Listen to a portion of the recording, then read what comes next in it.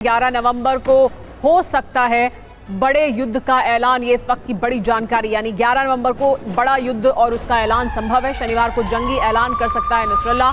11 नवंबर को जंगी संदेश देगा हिजबुल्लाह चीफ। इजराइल के खिलाफ जंगी ऐलान की आशंका जाहिर की जा रही है। पिछले भाषण में जंगी ऐलान नहीं होने से जिहादी ग्रुप हुए थे निराश। इजराइल के खिलाफ हिजबुल्लाह का ब्लूप्रिंट पूरी तरह से तैयार है और उसकी जानकारी दुनिया के सामने रखी जा सकती है। यानी एक और बड़ा भाषण हिजबुल्लाह चीफ द्वारा दिया जाने वाला है। इस वजह से ये कहा जा रहा है कि इस भाषण में ये हो सकता है कि वो जंग का ऐलान कर दें।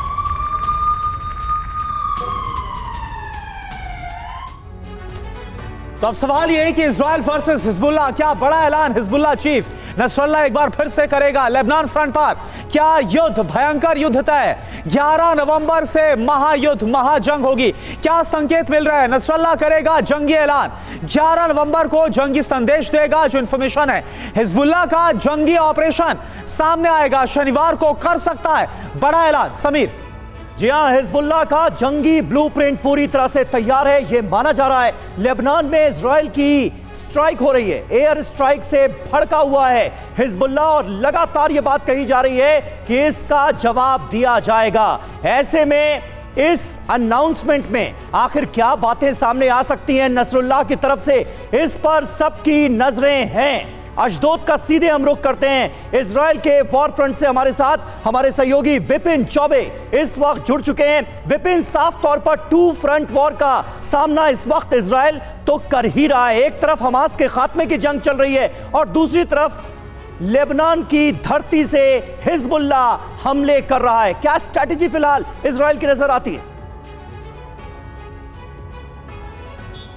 देखिए, पूरी तरह से जितने मुस्लिम देश है, क्योंकि आपको मालूम है कि अगले हफ्ते सऊदी अरब में एक बड़ी बैठक होने जा रही है और ये कंसेंसस बनाने की कोशिश की जा रही है कि इस लड़ाई में हमास को अकेले ना छोड़ा जाए और इसका साथ पीछे से ईरान दे रहा है और फ्रंट फुट पर इस पूरे मामले में लेबनान खेल रहा है। यही वजह है कि एक तरफ गाजा पट्टी में जहां पर इस वक्त आईडीएफ एंगेज है, उसको डिस्ट्रैक्ट करने के लिए लेबनान की तरफ से भी लगातार मिसाइलें छोड़ी जा रही हैं और हमले किए जा रहे हैं। हालांकि एक बड़ी तादाद में ऐसा दावा किया जा रहा है लगभग 50,000 के आसपास जो आईडीएफ की फोर्सेस हैं वो लेबनान बॉर्डर को भी घेर के बैठी हुई हैं। वो कोई भी चांस नहीं लेना चाहती, लेकिन अगले हफ्ते की बैठक एक बड़ी भूमिका निभाएगी और उससे पहले इजराइल का साथ देने के लिए अमेरिका, इटली, इस तरह के तमाम देश पहले से आ चुके हैं। तो ये पूरी लड़ाई टू वॉर फ्रंट बनती हुई नजर आ रही है और इजराइल दोनों मोर्चे पर इस लड़ाई को लड़ता हुआ और इस पार पाता हुआ नजर आ रहा है। दो मोर्चे अगर तैयार हो जाते हैं तो इजराइल के लिए चुनौती बड़ी होगी। हालांकि इजराइल भी अपनी पूरी तैयारी के साथ नजर आ रहा है। विपिन, आप बने रहिएगा हमारे साथ।